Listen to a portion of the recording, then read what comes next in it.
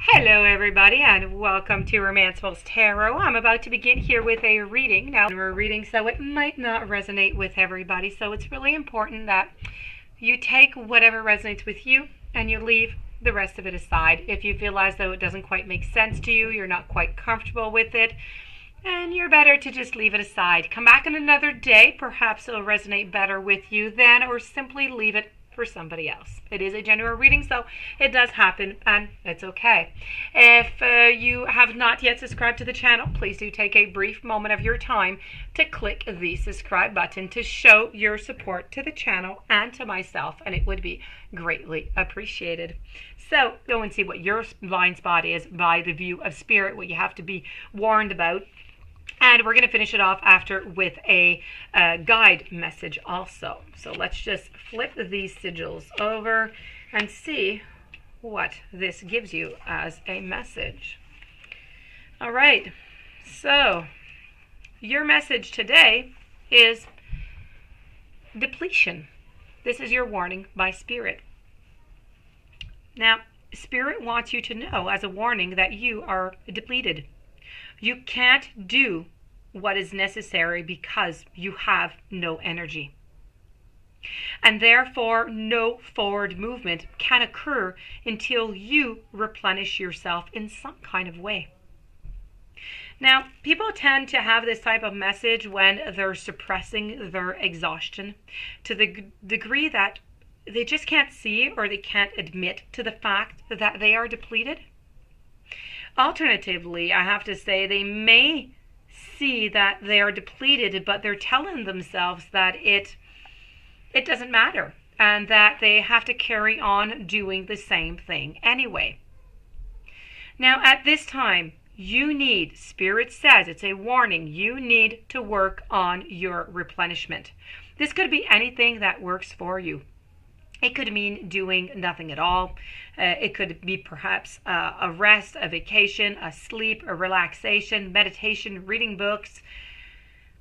Really, it's, just getting someone to help you maybe take that stress off of you by taking responsibility for certain things off of your shoulders.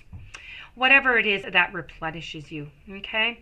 This message is coming to you. It's appearing to you. It is highly likely that you are currently struggling in a situation right now, or in general in your life, and this is relative to receiving. One would think that receiving is really easy as someone giving something to you. The reality, though, is that regardless of whether or not someone gives something to you, we just can't always receive it. We don't always receive it.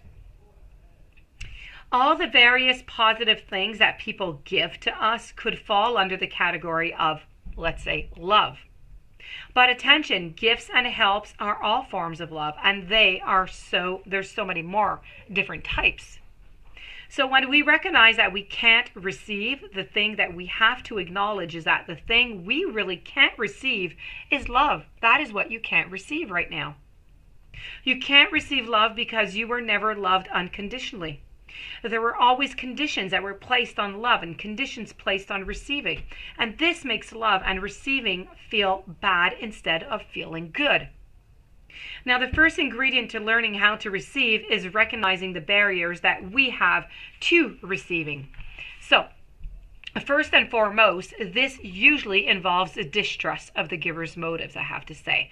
All too often, we know that the motives for giving love is selfish. People often give because they want to get. In other words, giving is a common way of taking from others. This is why sometimes we can receive and actually feel more depleted. But this is not a good reason to believe that everyone is going to do that. Sometimes people actually have concern for your welfare, benefit and interest, and want to give to you because it makes them happy to do that, not because they want anything in return from you. That does happen, but you do not always have to give to get, and that is my point. And this would be one of those times in life to take a risk of receiving from someone who might be capable of giving to you, because doing so makes them feel closer to you or brings joy in the doing, not because they think they're going to get something from you in return. Pretend that you're like a bird watcher, but a bird watcher from a demonstration of love. All day, keep on the lookout for love being given to you, as if you have to count and keep track of it. Maybe get some help from another person to help you recognize love. Sometimes when we don't recognize love, having a friend observe us in our lives and tell us, hey, this is love, that is love. It helps us to become more aware of it. And once you recognize love being given, you have to consciously allow it in. Also, one thing is recognize it, but if you're not going to let it in, now to do this, you need to practice feeling somatic experiences of it. So you need to spend some time in feeling of it, feeling of the love. If you're depleted, you may feel that you are only taking energy in one way. For example, some people are consciously taking in energy by eating or only through sleeping. It may be a different way of thinking, but you can nourish yourself in all different kind of ways.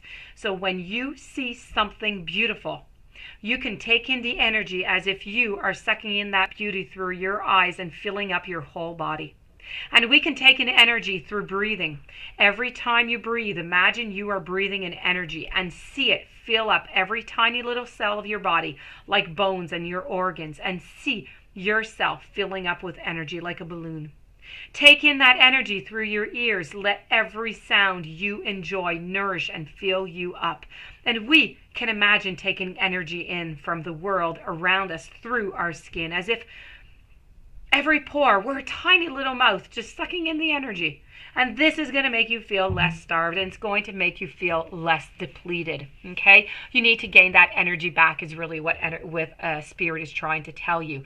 You are lacking in energy. You might not realize it because it is your blind spot, but you are. You need to work on replenishing your soul, replenishing your emotions, recognizing that you do have a lot around you, a lot of people who want to give you things and don't necessarily want something in return.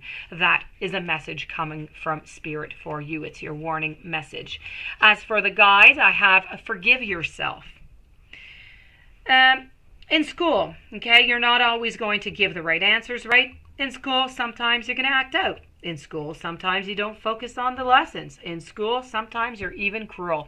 All of these possibilities happen. Not necessarily everyone for you. But that being said, have you ever looked back at your school time and not been able to forgive yourself for those type of transgressions?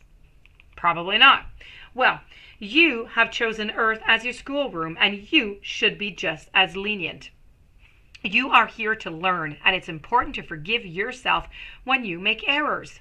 Living with the guilt of the past, it blocks the energy of the future, and each soul progresses in its own time. But when you don't allow yourself forgiveness, you are shutting off the heart and telling the universe that, you know what? You are not worthy to receive. If you have caused pain to another, it's imperative to apologize to them in addition to forgiving yourself. The guides can't stress enough the importance of forgiveness, either to yourself or another. Carrying that negative energy of guilt as well as the spirit word causes unwanted karmic entanglements, and you do not want that.